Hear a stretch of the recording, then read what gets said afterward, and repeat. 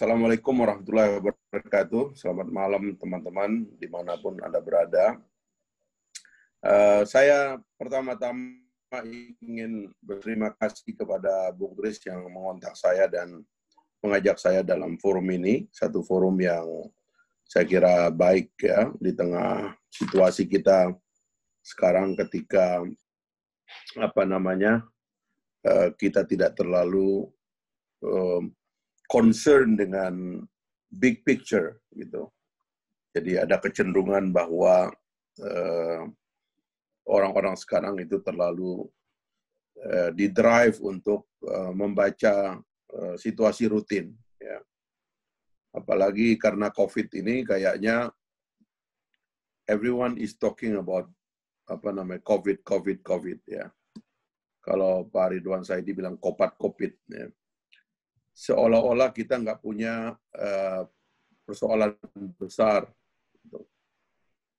Dan forum ini menurut saya ini forum penting karena sedikit keluar dari isu itu dan mencoba menangkap gambar besar dari persoalan kita di dalam transisi setelah 20 tahun lebih kita menjadi negara demokrasi yang bisa dibanggakan dan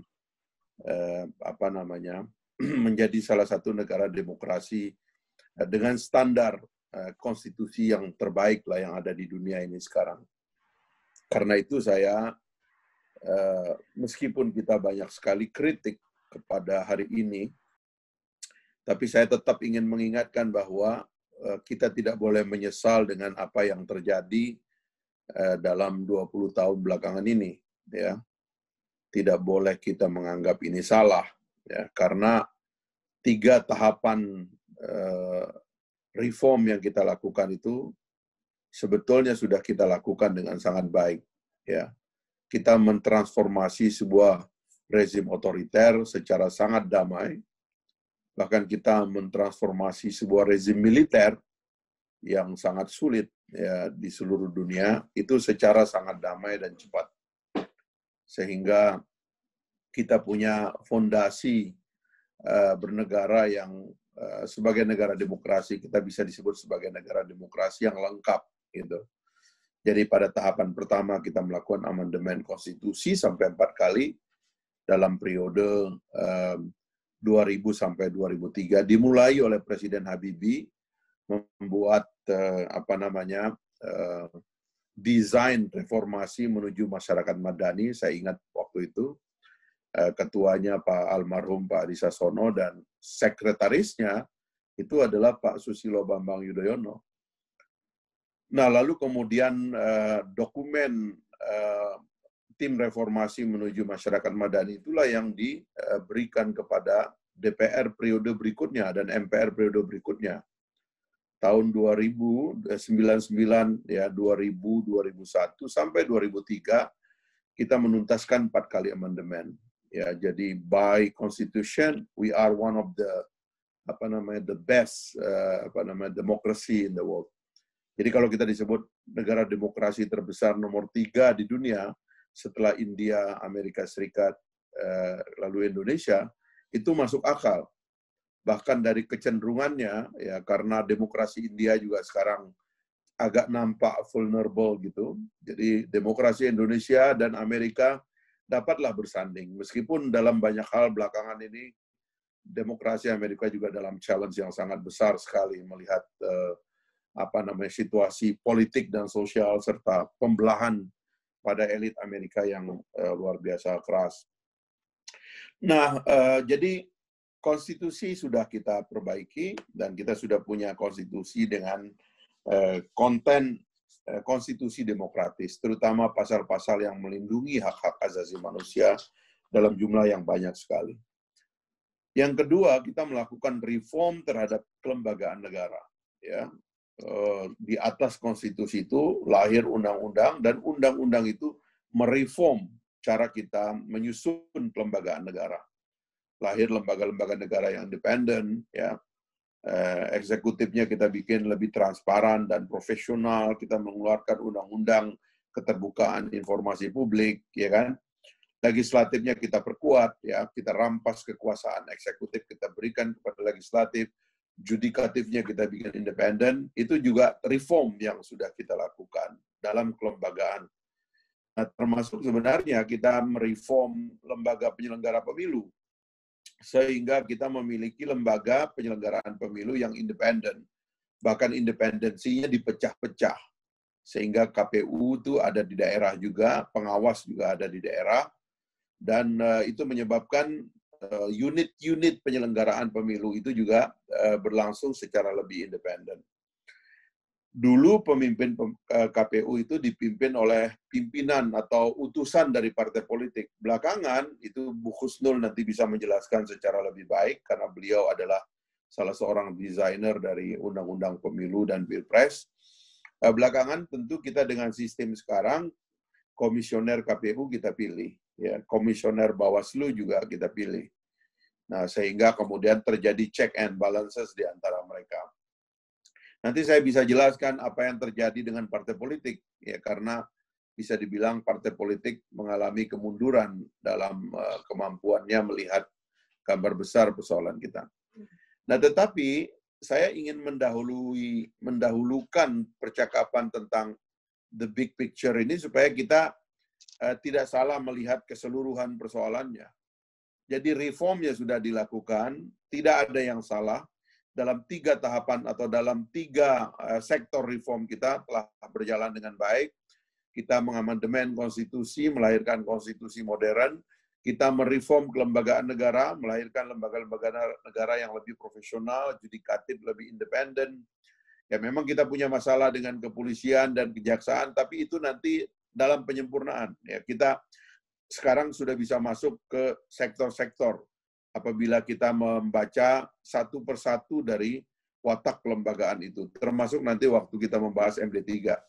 Nah, yang ketiga yang kita reform adalah cara kita melakukan pergantian kepemimpinan. Pertama-tama, konstitusi mengatur bahwa presiden misalnya tidak boleh dipilih lebih dari 3 kali, lebih dari 2 kali, ya kan?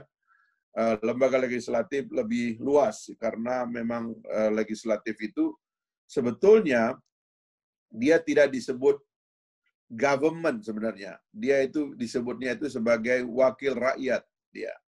Nah, dia adalah controller, ya, dari sistem pemerintahan. Karena itu tidak ada pembatasan waktu. Seperti di Amerika Serikat kan juga begitu. Tidak ada pembatasan. Presidennya dibatasi 2 kali, tetapi anggota DPR-nya bisa lama itu. Ada Robert Byrd dari Virginia itu sampai lebih dari 40 tahun dia menjadi anggota Kongres.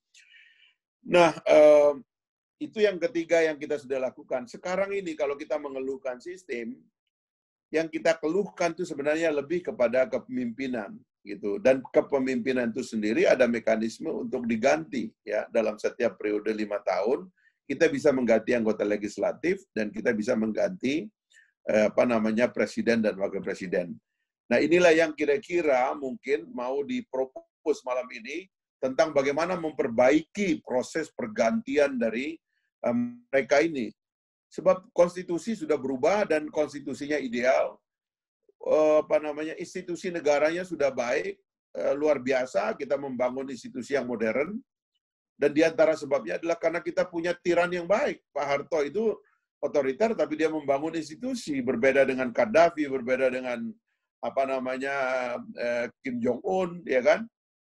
Beliau membangun semua institusi, tinggal kita reform saja, dan kita sudah reform. Sekarang tinggal pergantian kepemimpinan yang kita perlu perbaiki. Nah, sekarang kita baru masuk ke tema yang kita bahas malam ini. Pertama-tama, dalam sistem pemilihan,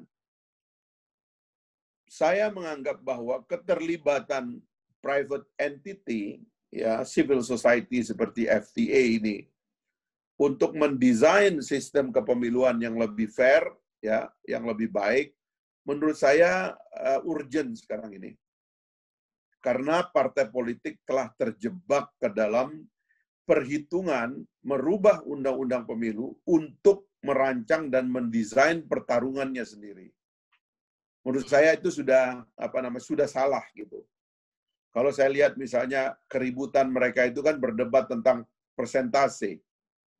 tawar-menawar di antara partai politik tentang confident mereka. Waktu kemarin mengajukan presentase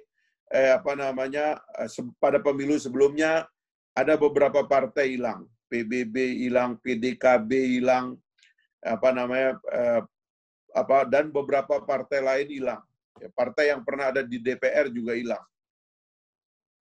Kemarin di pemilu terakhir ada 10 partai politik. Nego-nego tentang persentase, Hanura hilang karena nggak kuat.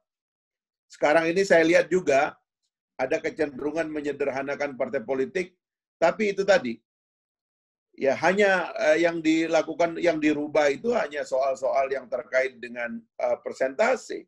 Tapi mendesain sebuah sistem pemilu yang kedap dengan korupsi, ya, yang kedap dengan kecurangan, yang kedap dengan bahaya-bahaya lain yang kita harus antisipasi, itu belum ada pemikiran yang baik di sana. Karena sekali lagi partai politik terjebak ke dalam pertarungan jangka pendek. Itulah sebabnya sekarang menjadi urgen kita untuk mengundang keterlibatan civil society, dunia akademik untuk membaca dan membahas undang-undang pemilu kita yang akan disahkan di hari-hari mendatang ini gitu. Oke, misalnya terima tentang kasih, presiden. Gimana? Bang Fahri, kita mau interject dengan pertanyaan karena itu banyak sekali pertanyaan yang kita milikin. Oke, Sambil Bang Fahri tapi kalau memberi gitu saya penjelasan. tuntaskan 5-10 menit saya tuntaskan dulu ya. Jadi Oke, misalnya silakan. tentang presidential threshold. Keputusan Mahkamah Agung yang membatalkan surat KPU oleh para hakim, saya melakukan interview dengan beberapa hakim di Mahkamah Agung, mereka ingin mengembalikan jiwa dari konstitusi, yang makna dari pasal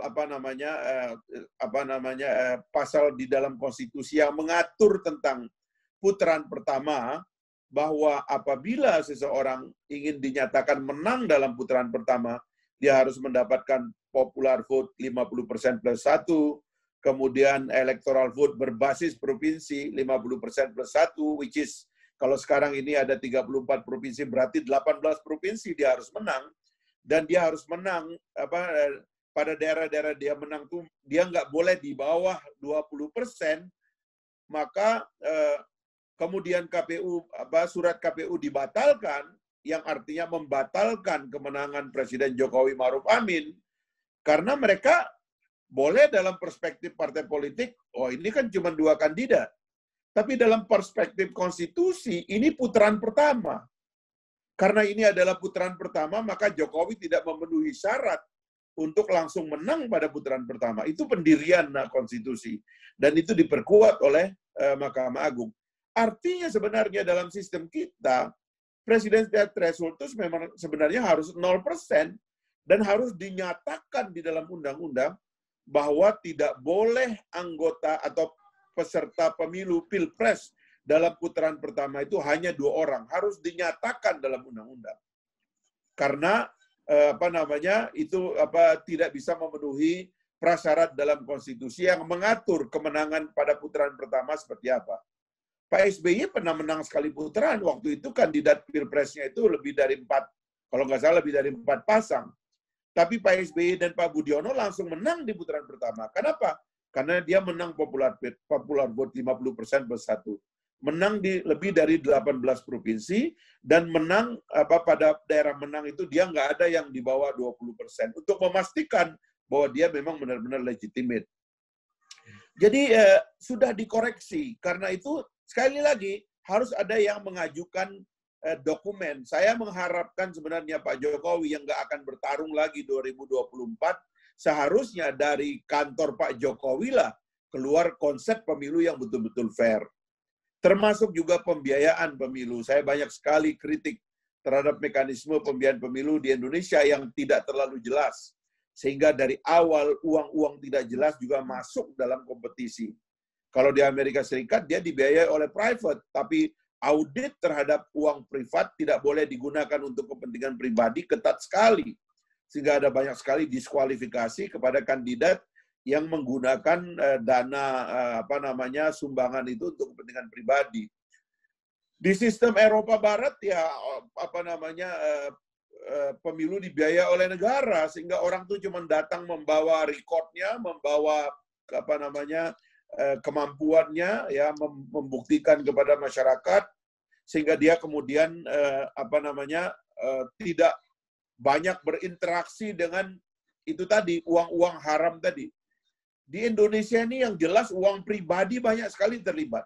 Sehingga kandidat dianggap menang itu kalau dia orang kaya. Partai politik sekarang itu terdorong untuk mencari orang-orang kaya saja untuk menjadi kandidat, baik pileg maupun pilpres.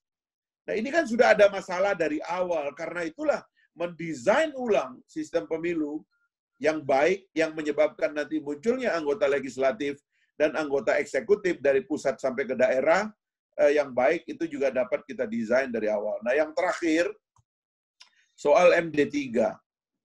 Saya termasuk orang yang fight untuk independensi lembaga-lembaga legislatif. Sebenarnya independensi lembaga elected official. Partai politik itu ada kecenderungan untuk mendrive anggotanya yang terpilih menjadi pejabat publik.